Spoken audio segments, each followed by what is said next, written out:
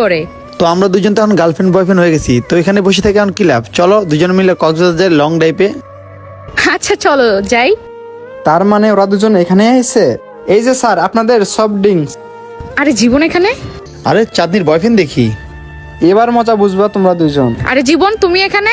হ্যাঁ আমি এখানে। কেন, আমাকে দেখে কি চমকে গেলা? বুঝলাম না এই ছেলেটা এখানে কিভাবে আসলো। চাঁদনি, তুমি এটা ভাবতেছো আমি এখানে কিভাবে আসলাম?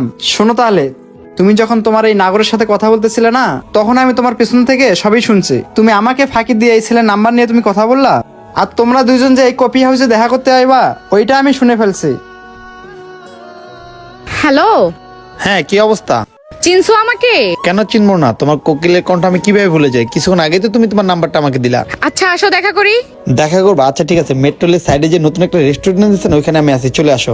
আচ্ছা আচ্ছা ঠিক আছে আসো, তুমি 10টা মিনিট বসো, আমি আসতেছি। ওকে, তাড়াতাড়ি আসবা। আচ্ছা বাই।